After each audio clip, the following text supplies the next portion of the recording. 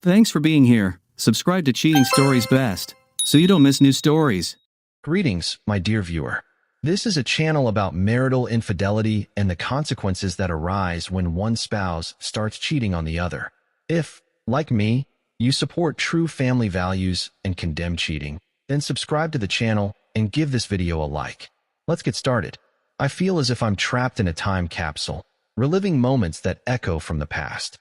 One evening, I walked through the door well past 10, only to be greeted by an empty house and a silence that seemed deafening. My loving wife was nowhere to be found. There was no message left behind, and the fridge was devoid of any food. This wasn't the first time I felt such anxious loneliness, and with bittersweet clarity, I realized it certainly wouldn't be the last.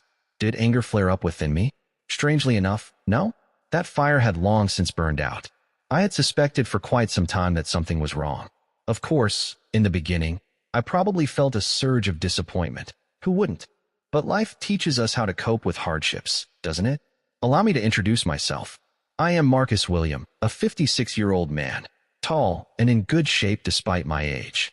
After graduating from high school, I immediately plunged into the working world, starting as a carpenter, an ordinary man hammering nails and dreaming big. Over time, I made friends, built connections, and began paving my own path. Many years ago, I took the leap into independence. Armed with modest savings, I set out on my own. It turned out there were plenty of people in my town who wanted to build their dream homes and needed someone like me. I'm no architectural genius, but I can build anything, from cozy foyers to impressive two-story homes. Business is thriving. Yes, I'm thriving. And I've gathered a circle of friends and subcontractors who share the same entrepreneurial spirit. Together, we create something special. But why do I often linger at home? Home. It's June now, the season of long, warm evenings filled with potential. If I don't take advantage of this time now, then when will I? Let's talk about my wife, Sandy, a lively beauty with chestnut hair and sparkling brown eyes, who thought she knew everything about me. We met in high school, where I fell for her, though perhaps the feeling wasn't mutual at first. After she graduated, we tied the knot. Sandy came from a tough background, raised by a single mother who worked 2 part-time jobs to support herself and her younger brother. After high school, her opportunities were limited, but we decided to build a life together. In the first year of our marriage, I continued hammering nails while Sandy worked in a store. We were making it work, just the two of us, with no children yet. Life seemed simple, but I had no idea that all the challenges were still ahead. We hadn't planned on making any significant changes in our lives until we had saved up enough money to buy a house. Then, inspiration struck Sandy. She expressed a desire to better herself and pursue higher education. I fully supported her ambition, and before we knew it, she was enrolled in the nearest community college. It turned out to be the perfect choice. Sandy thrived in that environment as her passion for learning grew. Sandy decided to transfer to a 4-year college. Although math was challenging for her, her love for reading led her to major in psychology. She envisioned a future where she could work in local government or at a school, making a positive impact on children's lives. I wholeheartedly supported her dream, taking on the financial responsibility for her tuition, books, and all the essentials. Sandy poured her heart and soul into her studies. She reduced her work hours at the store and eventually quit altogether to fully dedicate herself to her education. Her efforts paid off.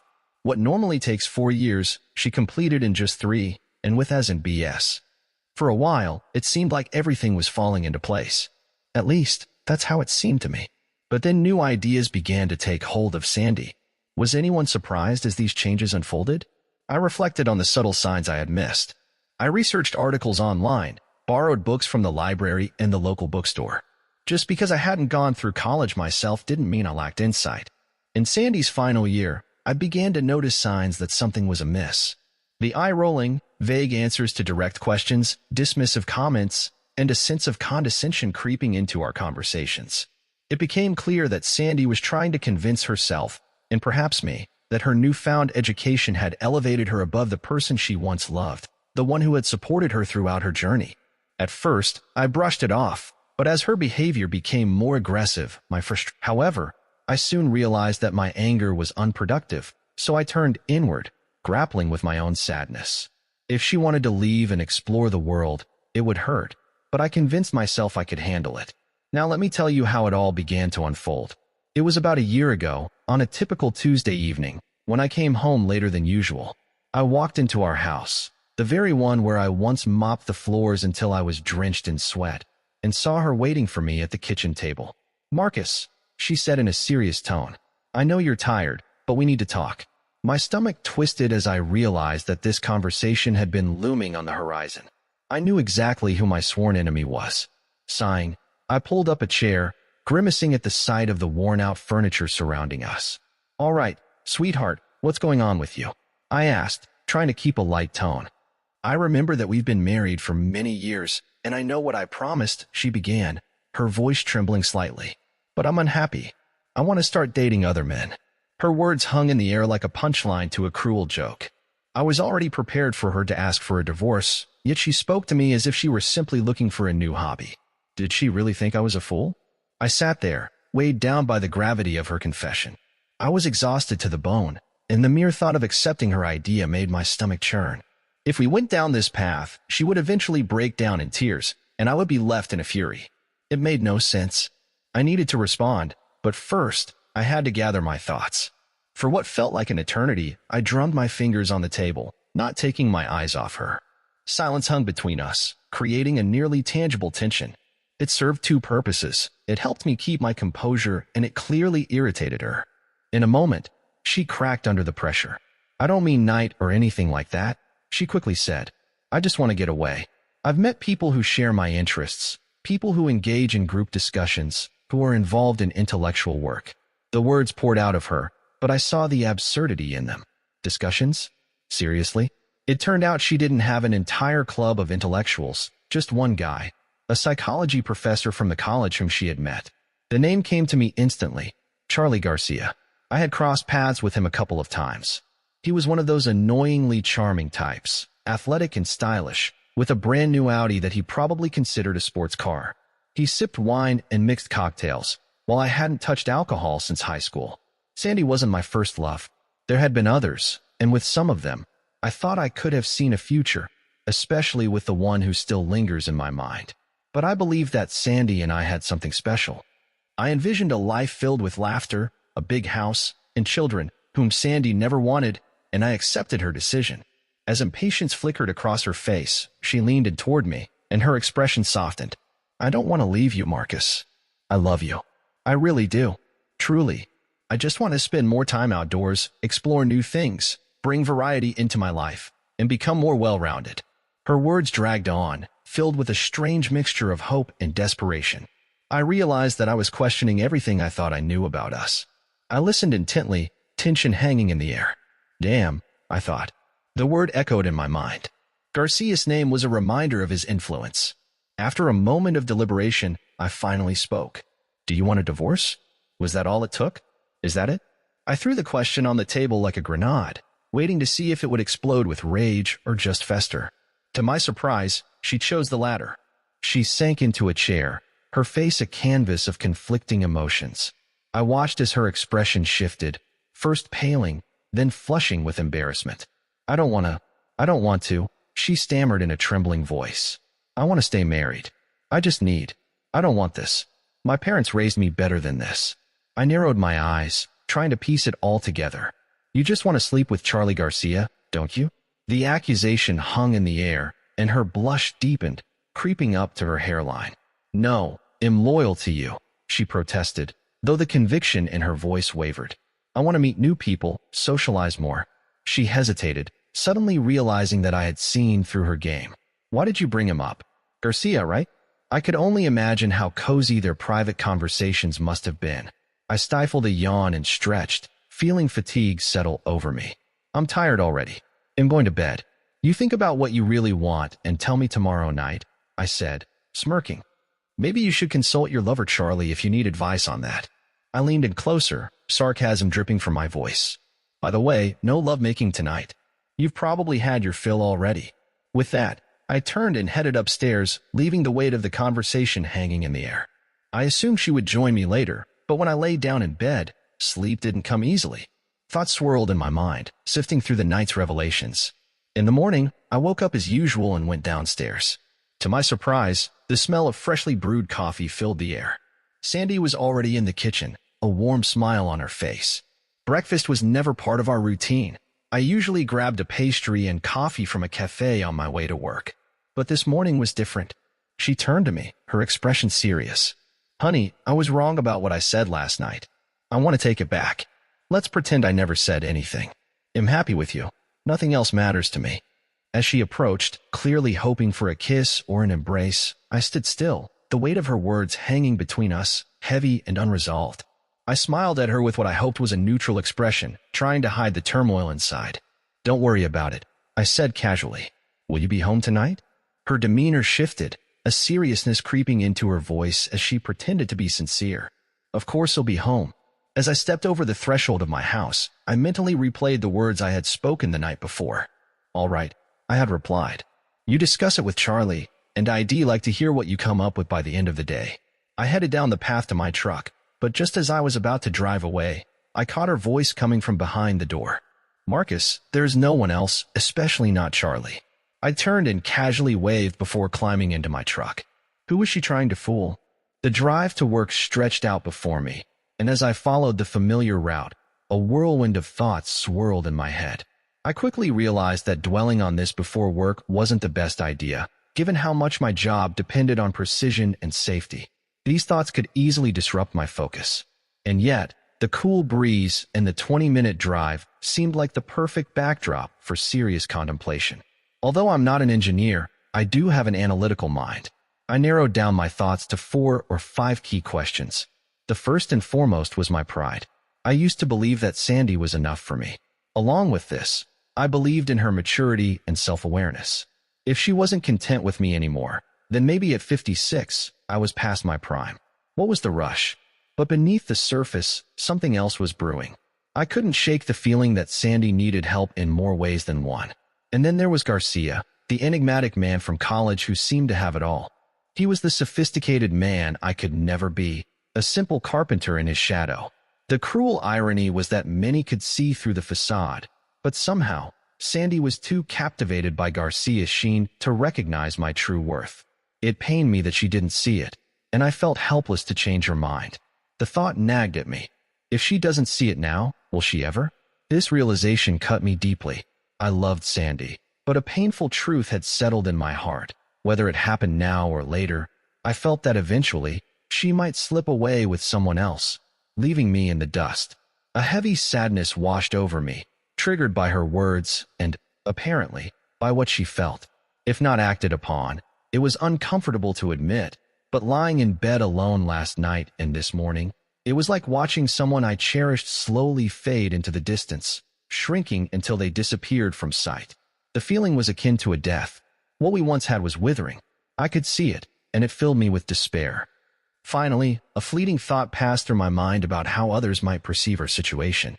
I wondered who might hear, but I quickly dismissed the thought. What did it matter? I really liked her mother and younger brother, but honestly, it was their loss, not mine. My own family, of course, was worried at first, but once they understood the situation, they calmed down. As for my friends and colleagues, their opinions didn't matter to me at all. If it came down to a divorce, which seemed inevitable, they wouldn't take sides anyway. And even if they did, what difference would it make? Then there was the looming specter of money. We weren't rich, and luckily, we didn't have any children to complicate things. But in the event of a divorce, my business might force me to pay alimony until Sandy could get back on her feet. The very thought of it made my stomach turn, but I figured with the right lawyer, I could find loopholes to exploit. What about my own emotional well-being? Of course, my heart would be broken. The weight of that burden already felt familiar to me, like an old friend. Loneliness would creep in too, at least for a while. But on the other hand, maybe I wouldn't feel so lonely. I married Sandy out of love, but in reality, I had other options. Take Amelia Smith, for example. When I proposed to Sandy, Amelia was always on my mind. Paradoxically, as I was tying the knot, Amelia was going through her own marriage, which ended in divorce. I often wondered if she thought about me when she lay in bed with her husband. I knew I thought about her. Amelia worked as a doctor at the local hospital. She had a stable job and a genuine warmth toward me. As far as I could tell, she was single and not seeing anyone. It seemed like a promising prospect, just waiting to be explored.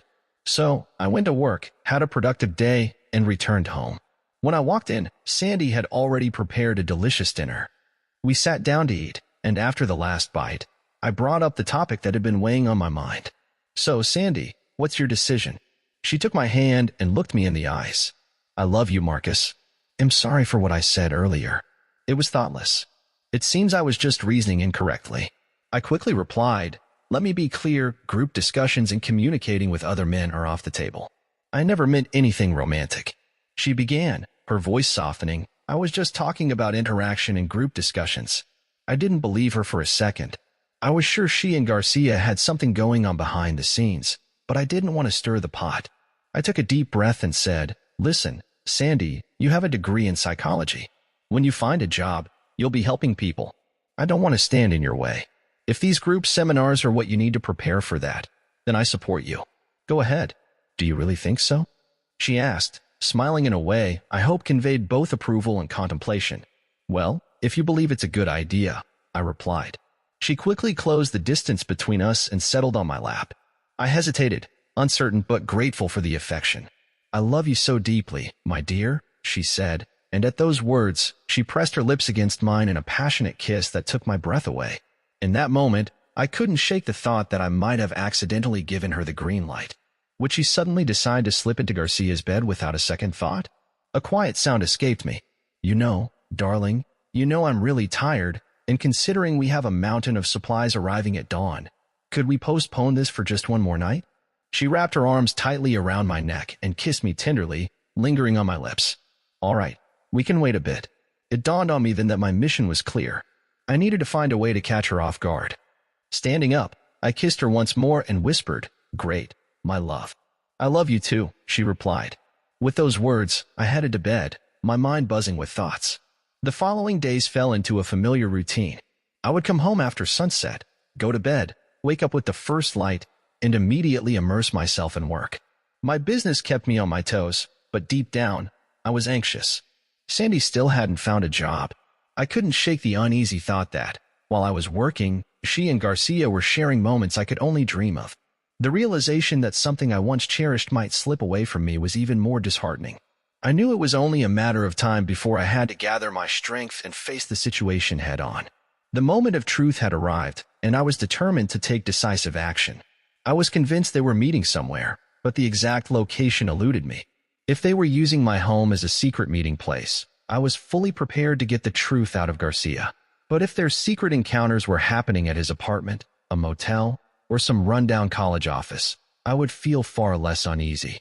It was also comforting to know that all the talk surrounding this mystery revolved around Sandy, not Garcia. Of course, Garcia had acted as a catalyst, but he wasn't at the heart of the problem. Garcia was nothing more than a brash, self-absorbed professor who had somehow managed to land a job at a small college. But this wasn't about him. It was about more pressing issues. The first thing on my list was to call a lawyer, set up a meeting, and devise a plan of action. I rummaged through the local directory and found Garcia's address. Then, I took a closer look at his so-called credentials, a master's degree in psychology. Was it truly impressive, or just a shiny facade? Meanwhile, Sandy's trusty little car was equipped with GPS, hoping it would lead me to the answers I so desperately sought. I decided to use it to track her movements. I found a way to keep an eye on Sandy without taking time away from work. With her mobile phone, it became even easier. I could connect to it and read all the messages she sent and received. All that was left was to gather more information and wait for the right moment. When I involved the lawyer, he laid it all out for me. If I could get Sandy to sign the divorce papers, I might have to pay up, but it would mean she would be out of my life forever. The alternative, I could declare bankruptcy and wipe everything clean after the divorce. Of course, that seemed too easy, but it felt like a plan I had heard stories of guys who reinvented themselves more than once. Surely, I could do it at least once. The only person I would fire was myself. Well, that's not entirely accurate. A few people might get hurt along the way. Tracking Sandy's every move turned out to be easier than I thought. Every day, she left the house around 10 o'clock, heading either to the community college or to a nearby neighborhood. That neighborhood was where Charlie Garcia lived. Garcia lived on the second floor of a rundown complex that had seen its heyday back in the 80s. It used to be a charming area, but now it had lost its luster. I couldn't help but wonder if Sandy realized the danger she was getting into, or who she was getting involved with. From what I knew about college salaries, Garcia was probably just scraping by, earning maybe half of what I made. This was a double-edged sword for Sandy if she wasn't careful. But then again, that was a foolish thought. By that time, I was already climbing the career ladder, while Charlie Garcia was likely nearing his peak.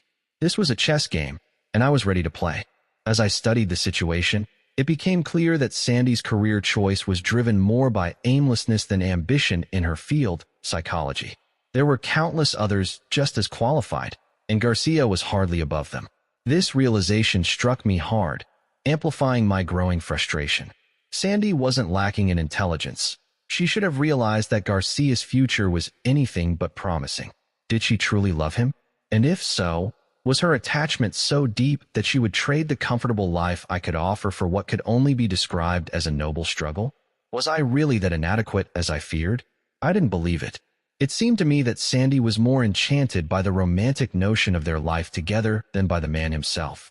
She appeared to prefer the idea of sipping cheap wine and sharing grand dreams rather than wintering on islands or enjoying weekends filled with shopping and vibrant city adventures, all the pleasures I could provide. Instead, she chose the cozy closeness of deep conversations about their intellect and potential. But in the end, the decision was hers. One small consolation I found through electronic surveillance was that they didn't seem to be turning our home into a secret love nest. And yet, there's one aspect that hits harder than all of this: her text messages, which became a painful reminder of her choice and made me feel real hurt. I never considered myself particularly sensitive, definitely not thin-skinned. Growing up with two older brothers toughened me in ways I hadn't even realized. But her messages, they were like daggers, piercing through all the armor I thought I had. They stung deeply, leaving a raw pain that lingered long after I read them. I had heard that the words of a disloyal lover often contain lies, but whether that was true or not no longer mattered. What she said to Garcia felt like a betrayal, cutting into my heart and draining the last remnants of my love, like blood from a wound. And so, we returned to that fateful night when everything changed. It was time to take decisive action. I consulted a lawyer on the matter, wanting to be sure that my next steps wouldn't lead to collateral damage. If Sandy had chosen the wolf in sheep's clothing, then let her have him. I was now certain that I could move on. I would be fine. That evening, before going to bed, I jotted down a note and left it on the table, hoping to finalize things before heading to work in the morning. But, of course, fate had other plans. I had barely dozed off when the sound of a car engine woke me.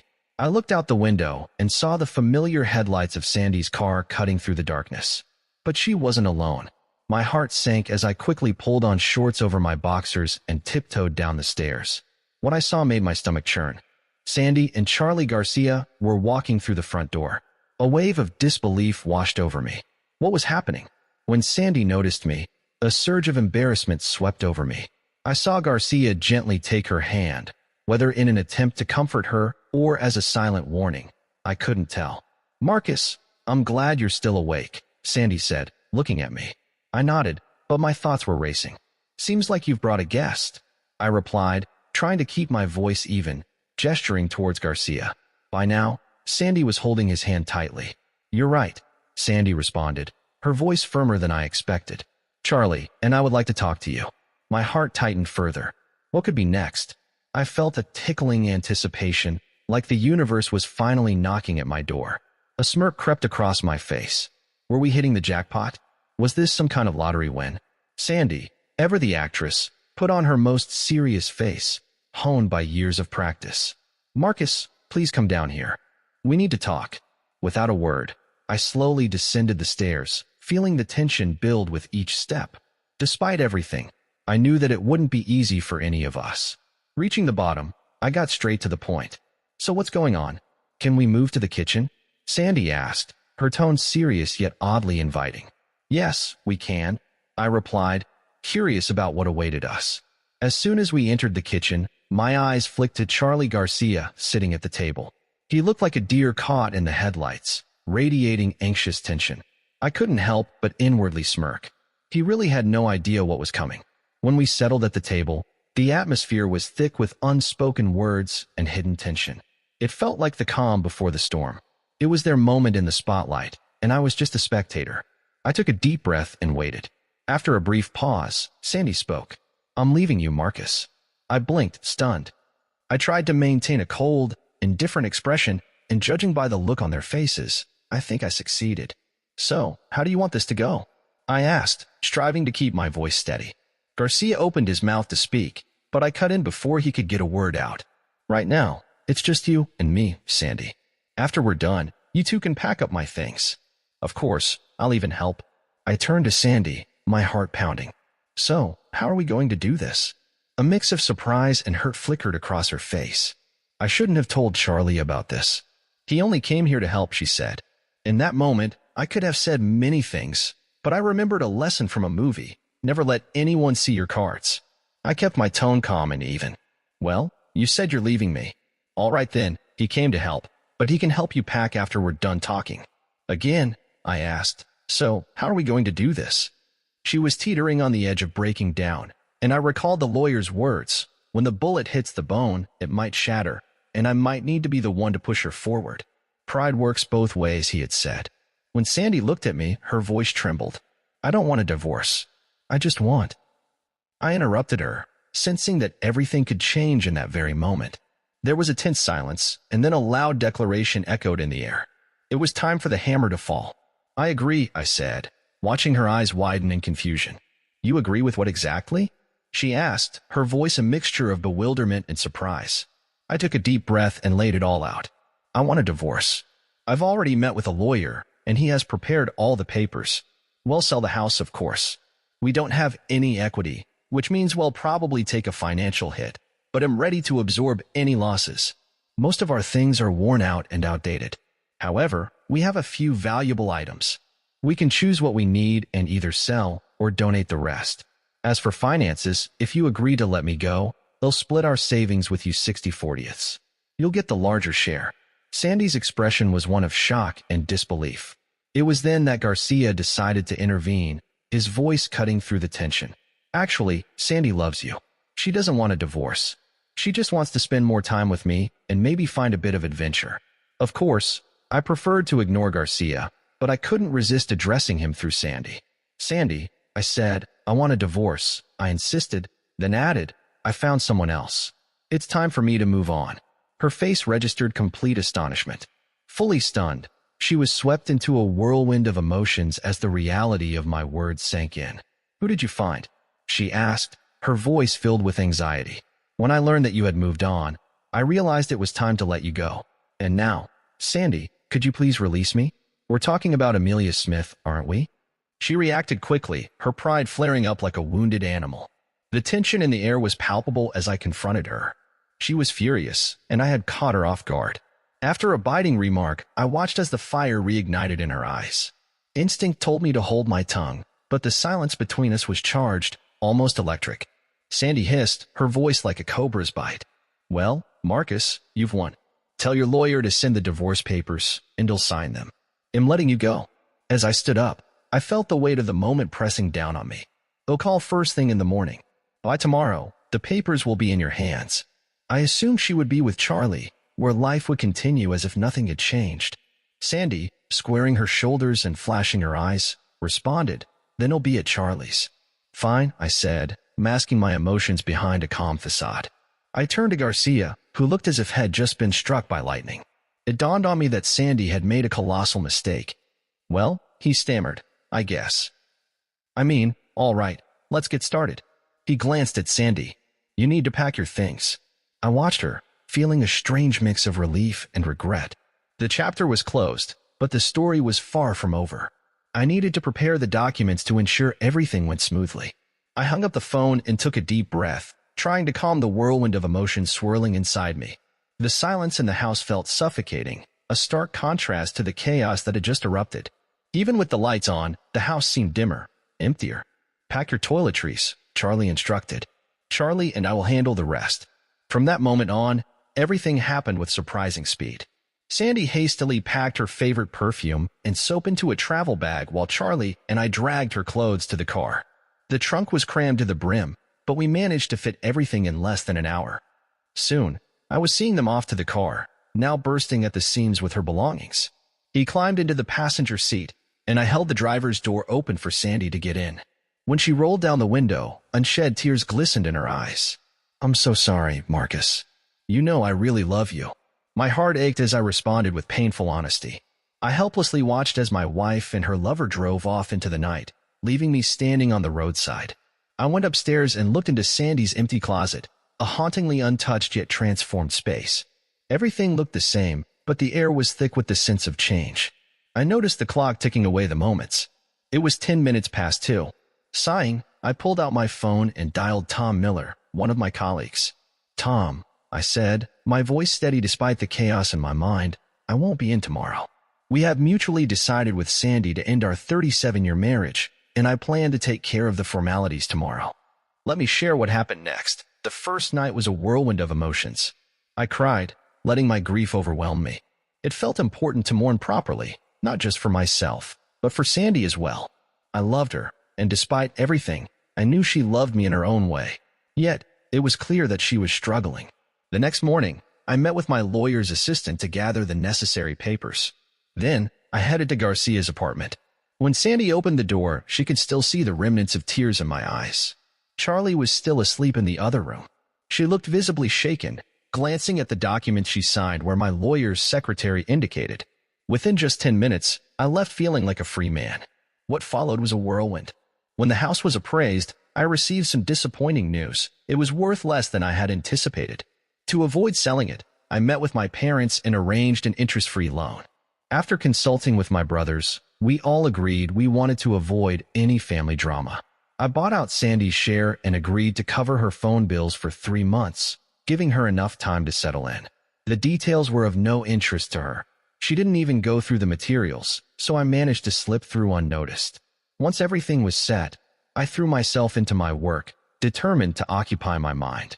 I put every ounce of effort into my tasks, and the results were astonishing.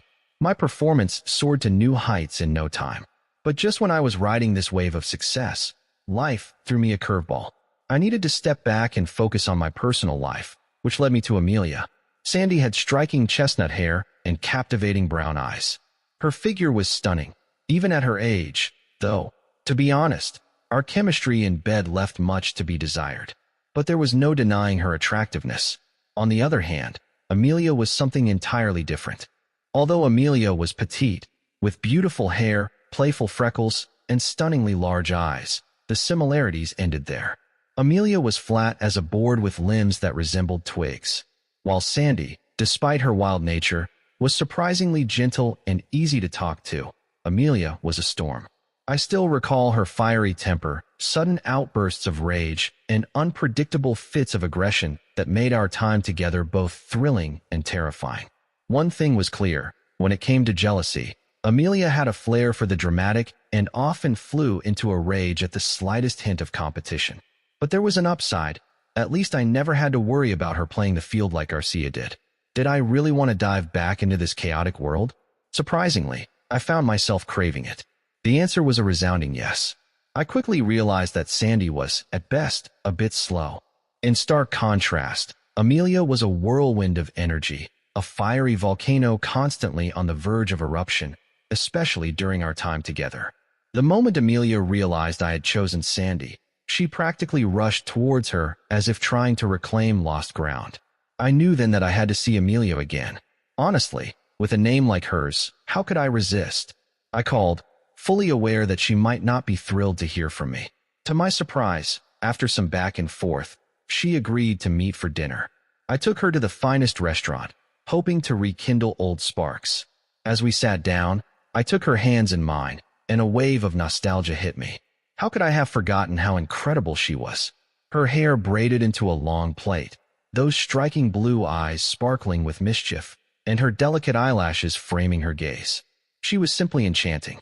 Her small hands, adorned with a simple layer of red polish, seemed to dance as she spoke. And her outfit, simply stunning. An olive silk button-up blouse hugged her in all the right places, with the top buttons casually undone, creating a playful yet alluring silhouette that made her petite figure shimmer like ocean waves at sunset. And let me tell you, her face was the cherry on top, utterly irresistible. I couldn't help but be drawn to her beauty. Even at 55, I regretted not choosing her back then. She surely would have given me 3 or 4 children. She remained silent until we were seated at a cozy table in the restaurant. Then she broke the silence, teasingly asking, "Did you get tired of that beauty and decide to come back to me? Back to second place?" At that moment, I felt a strange exhilaration. A wave of excitement washed over me. "Yes," I replied, feeling myself drawn into her challenge. Then she leaned in, her fingertips brushing my hand. That touch pierced me to my core, but reality was staring us in the face. It was too late for us to have children, and it was time to think about retirement. "This time, there's no going back," she declared. I couldn't help but respond, "We'll take whatever I can, even if it's just scraps." And then it hit me like a bolt of lightning. Yes, she had me in the palm of her hand. "You know, my first marriage was a failure," she admitted, her eyes shining with determination. "This time, I want a fairy tale." Her words stirred something deep within me. I was ready for whatever adventures lay ahead. "Shall we eat first or go ring shopping?" she exclaimed, bouncing with laughter. "Let's go." Our wedding was a grand event in the crisp autumn air, a celebration steeped in tradition. When she walked down the aisle, she took my breath away. From that moment on, I never looked back. I had made one mistake in the past and swore never to repeat it. Speaking of mistakes, what happened to Sandy? Charlie was head over heels in love with her, but when it came time to tie the knot, he faltered. Poor, misguided Sandy, trying to change in her old age. She resorted to the foolish idea of getting involved with Charlie. As a result, she couldn't stay with him for long. He was an incorrigible old playboy, which greatly annoyed Sandy. After 5 months, he got involved with a charming student, which Sandy found out about, leading to a huge scandal. That was the end of their relationship. Sandy was left with no husband, no lover, and no children, which she never really wanted anyway. A lonely old age in a rented apartment awaited her.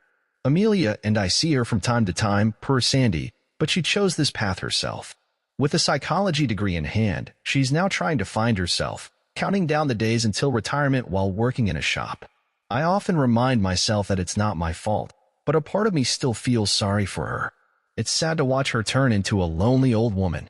Life goes on, with all its twists and turns, my friend, and this is the end of the story. If you like this story, please leave a royal like and subscribe to the channel. May the force be with you.